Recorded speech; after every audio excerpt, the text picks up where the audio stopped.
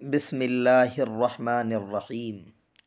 حضور صلی اللہ علیہ وآلہ وسلم نے ارشاد فرمایا کہ جس علاقے کے لوگ دجال کو خدا مانیں گے، اس علاقے کے جانور جب چرنے کے لیے جائیں گے اور پھر چر کر واپس آئیں گے تو ان کی جو کوہان ہوتی ہے وہ اونچی اونچی اور گوشت سے بھری ہوئی ہوگی، اور ان کے تھن بڑے بڑے دودھ سے بھر جائیں گے۔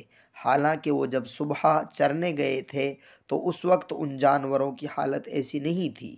اسی طرح پھر وہ دوسرے علاقے میں جائے گا اور وہاں بھی لوگوں سے کہے گا کہ میں تمہارا خدا ہوں، تم مجھے اپنا خدا مانو، لیکن وہاں کے لوگ اس کو خدا نہیں مانیں گے اور صاف کہہ دیں گے کہ تو خدا نہیں ہے، ہمارا خدا تو اللہ ہے۔ تو فوراً وہ وہاں سے چلا جائے گا، لیکن وہاں کے لوگ قحط میں مبتلا ہو جائیں گے، اور ایسا قحط ہوگا کہ کھانے پینے کا سامان اور تمام دوسری چیزیں سب ختم ہو جائیں گی، اور یہ اس لیے ہوگا کہ وہ لوگ دجال کی بات نہیں مانیں گے۔ تو وہ ان سے بارش کو روک لے گا اور وہاں قحط پڑ جائے گا، مگر خدا کے فضل سے مسلمانوں کو سبحان اللہ اور لا الہ الا اللہ پڑھنا کھانے پینے کا کام دے گا۔ ویسے بھی اللہ کے نیک بندوں کی ذکر و تسبیح غذا اور کھانے کی طرح ہوتی ہے۔ عرض کیا گیا پھر اس وقت لوگ کس طرح زندہ رہیں گے؟ آپ نے فرمایا تحلیل یعنی لا الہ الا اللہ، تکبیر یعنی اللہ اکبر، تسبیح یعنی سبحان اللہ، اور تحمید یعنی الحمدللہ کا کہنا ان کے لیے غذا کا کام دے گا۔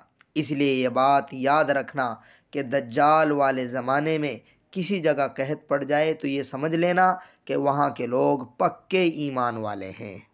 پھر دجال ایک تیسرے علاقے میں جائے گا جہاں کھیتی بھی نہیں ہوگی، بالکل بنجر علاقہ ہوگا۔ وہاں جا کر دجال زمین کو حکم دے گا اپنے اندر سے خزانے نکال، تو زمین اپنے اندر سے سونا، چاندی، ڈیزل، تانبا، پیتل وغیرہ سب خزانے نکالے گی، اور ایسے نکلیں گے کہ آپ حیران رہ جائیں گے۔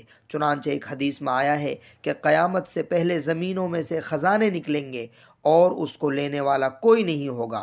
لوگوں کو افسوس ہوگا کہ ہم سے پہلے زمانے کے لوگ اسی سونے چاندی کے واسطے لڑ کر مر گئے۔ سامعین کرام، ہم سب مسلمانوں کا حضور کریم صلی اللہ علیہ وآلہ وسلم کی باتوں پر ایمان ہے، اس لیے یہ سب دنیا میں ہونے والا ہے۔ سمجھ میں آتا ہے کہ حضور صلی اللہ علیہ وسلم نے اس طرح کی باتیں اس لیے ارشاد فرمائیں تاکہ امت سونے چاندی کی محبت دل سے نکال دے۔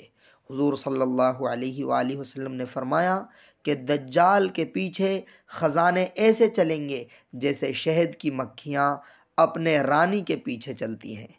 اسی طرح سامعین کرام، دجال کا لوگوں کو گمراہ کرنے کے طریقوں میں سے ایک طریقہ یہ بھی ہے کہ وہ دیہاتی شخص کو کہے گا کہ کیا میں تیرے ماں باپ کو زندہ کر کے دکھا دوں تو تو مان لے گا کہ میں تیرا رب ہوں؟ وہ کہے گا جی ہاں۔ اسی وقت دو شیطان اس کے ماں باپ کی صورت میں اس کے سامنے آئیں گے اور اسے کہیں گے کہ اے بیٹے اس کی پیروی کر لے، اس لیے کہ یہ تیرا رب ہے۔ تو سامعین کرام، اس حد تک یہ فتنہ ہوگا، اللہ رب العالمین ساری امت مسلمہ کی اس سے خوب حفاظت فرمائے، آمین یا رب العالمین۔